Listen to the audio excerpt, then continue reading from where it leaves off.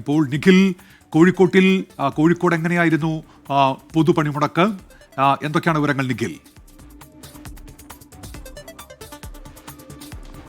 ഉന്മേഷ്, രാവിലെ കോഴിക്കോടും സമാനമായ തരത്തിലുള്ള സാഹചര്യങ്ങൾ തന്നെയാണ് നമുക്ക് കാണാൻ കഴിഞ്ഞത്. പലയിടങ്ങളിലും അങ്ങിങ്ങായി ഈ സംയുക്ത ട്രേഡ് യൂണിയനുകൾ ആഹ്വാനം ചെയ്തിട്ടുള്ള ഈ പണിമുടക്കിൽ നിന്ന് അതിനോട് വിയോജിച്ചുകൊണ്ട് നിരത്തിലിറങ്ങുന്ന സ്വകാര്യ വാഹനങ്ങൾ നമ്മൾ കണ്ടു, ചില കടകൾ കണ്ടു. ഇതെല്ലാം അടപ്പിക്കാൻ സമരാനുകൂലികൾ എത്തിച്ചേരുന്ന ഒരു സാഹചര്യം നമ്മൾ കണ്ടത്. ഇപ്പോൾ ഞാനുള്ളത് കോഴിക്കോട് പുതിയ ബസ് സ്റ്റാൻഡിലാണ്. നമുക്കറിയാം, പുതിയ ബസ് സ്റ്റാൻഡ് എന്ന് പറയുമ്പോൾ ഈ സമയത്തൊക്കെ ഒരുപക്ഷെ ഏറ്റവും കൂടുതൽ സജീവമാകേണ്ടുന്ന ഒരു സമയമാണ്. പക്ഷെ ആരെയും തന്നെ നമുക്ക് ഇവിടെ കാണാൻ കഴിയുന്നില്ല. എന്നാൽ അങ്ങിങ്ങായി പലയിടങ്ങളിലേക്ക് പോകാൻ വേണ്ടി എത്തിച്ചേർന്ന ആളുകൾ, പണിമുടക്കാണ് എന്ന് അറിയാമെങ്കിലും ഏതെങ്കിലും ഒരു സാഹചര്യത്തിൽ ഏതെങ്കിലും ഒരു വണ്ടി കിട്ടുമെന്ന് പ്രതീക്ഷിച്ച് പലവിധ കാര്യങ്ങൾക്ക് വേണ്ടി എത്തിച്ചേരുന്ന ആളുകളെ നമുക്ക് ഇവിടെ കാണാൻ കഴിയുന്നുണ്ട്. അവർക്കൊന്നും തന്നെ മടങ്ങിപ്പോകാൻ കഴിയാത്തൊരു സാഹചര്യമുണ്ട്. ഇന്ന് രാവിലെ പാവങ്ങാട് KSRTC ഡിപ്പോയ്ക്ക് മുന്നിൽ വലിയ രീതിയിലുള്ള പ്രതിഷേധമൊക്കെ നമ്മൾ കണ്ടിരുന്നു.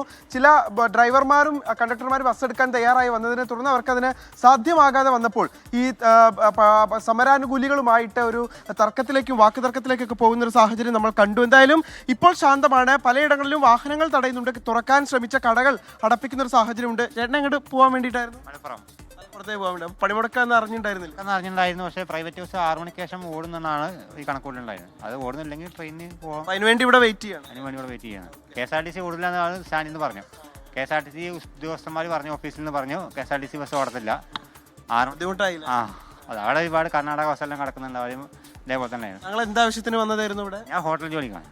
ഹോട്ടലിൽ ഇപ്പൊ പോകാൻ പറ്റാത്തൊരവസ്ഥയായിട്ട് ട്രെയിനിന് പോകണം, അല്ലെങ്കിൽ ബസ് ഓടുന്നില്ലെങ്കിൽ. ബസ് 6 മണിക്ക് ശേഷം ഉണ്ടാവില്ല എന്നാണ് പറയുന്നത്. ഇനിയിപ്പോൾ ഇല്ലെങ്കിൽ ട്രെയിനിന് പോകണം. ട്രെയിനിന് പോകണം. ഇന്ന് രാവിലെ മാങ്കാവിലെ ഒരു പെട്രോൾ പമ്പ് തുറന്ന് പ്രവർത്തിക്കാൻ ശ്രമിച്ചു. അവർ പറഞ്ഞത് ഞങ്ങളുടെ തൊഴിലാളികൾ ഇതിലൊന്നും അംഗങ്ങളല്ല, അതുകൊണ്ട് തന്നെ തുറന്ന് പ്രവർത്തിക്കുമെന്ന് പറഞ്ഞ് മാങ്കാവിലെ ആ പെട്രോൾ പമ്പ് തുറന്ന് പ്രവർത്തിക്കാൻ ശ്രമിച്ചതിനെ തുടർന്ന് വലിയ രീതിയിലുള്ള പ്രതിഷേധം അവിടെ അരങ്ങേറുന്നത് നമ്മൾ കണ്ടു. അങ്ങനെ എല്ലാ മലബാർ ജില്ലകൾ പൊതുവിൽ പരിശോധിക്കുമ്പോൾ രാവിലെ എല്ലാം തന്നെ പലയിടങ്ങളിലും സ്വകാര്യ വാഹനങ്ങൾ തടയുന്ന സാഹചര്യം ഉണ്ടായിരുന്നു. എന്നിരിക്കെ സമരാനുകൂലികൾ പറയുന്ന പ്രധാനപ്പെട്ട കാര്യമെന്ന് പറയുന്നത് രാജ്യത്തെമ്പാടുമുള്ള തൊഴിലാളികൾക്ക് വേണ്ടി നടത്തപ്പെടുന്ന ഒരു പ്രതിഷേധമാണ്. അതുകൊണ്ട് അതോട് ഐക്യപ്പെടണം, അത് ഓരോരുത്തരുടെയും ബാധ്യതയാണ് എന്നുള്ള തരത്തിൽ ആളുകളെ പറഞ്ഞ് അവരെ ധരിപ്പിക്കാൻ ശ്രമിച്ചു എന്നാണ് സമരാനുകൂലികൾ പറയുന്നത്. അപ്പോൾ എല്ലാ ജില്ലകളും, മലബാറിലെ എല്ലാ ജില്ലകളും എടുത്ത് പരിശോധിക്കുമ്പോൾ ഇവിടങ്ങളിലെല്ലാം തന്നെ ചെറിയ രീതിയിലുള്ള വാക്ക് തർക്കങ്ങൾ അങ്ങോട്ടും ഇങ്ങോട്ടും ഉണ്ടായിട്ടുണ്ടെങ്കിലും കാര്യമായിട്ടുള്ള പ്രശ്നങ്ങൾ, കാര്യമായ അനിഷ്ട സംഭവങ്ങൾ എവിടെയും ഉണ്ടായിട്ടില്ല എന്നുള്ളതാണ് മലബാറിൽ നിന്ന് നമുക്ക് റിപ്പോർട്ട് ചെയ്യാൻ കഴിയുന്ന കാര്യം. ശരി, കോഴിക്കോട് നിന്ന് നിഖിൽ പ്രമേഷാണ് വിവരങ്ങൾ നൽകിയത്.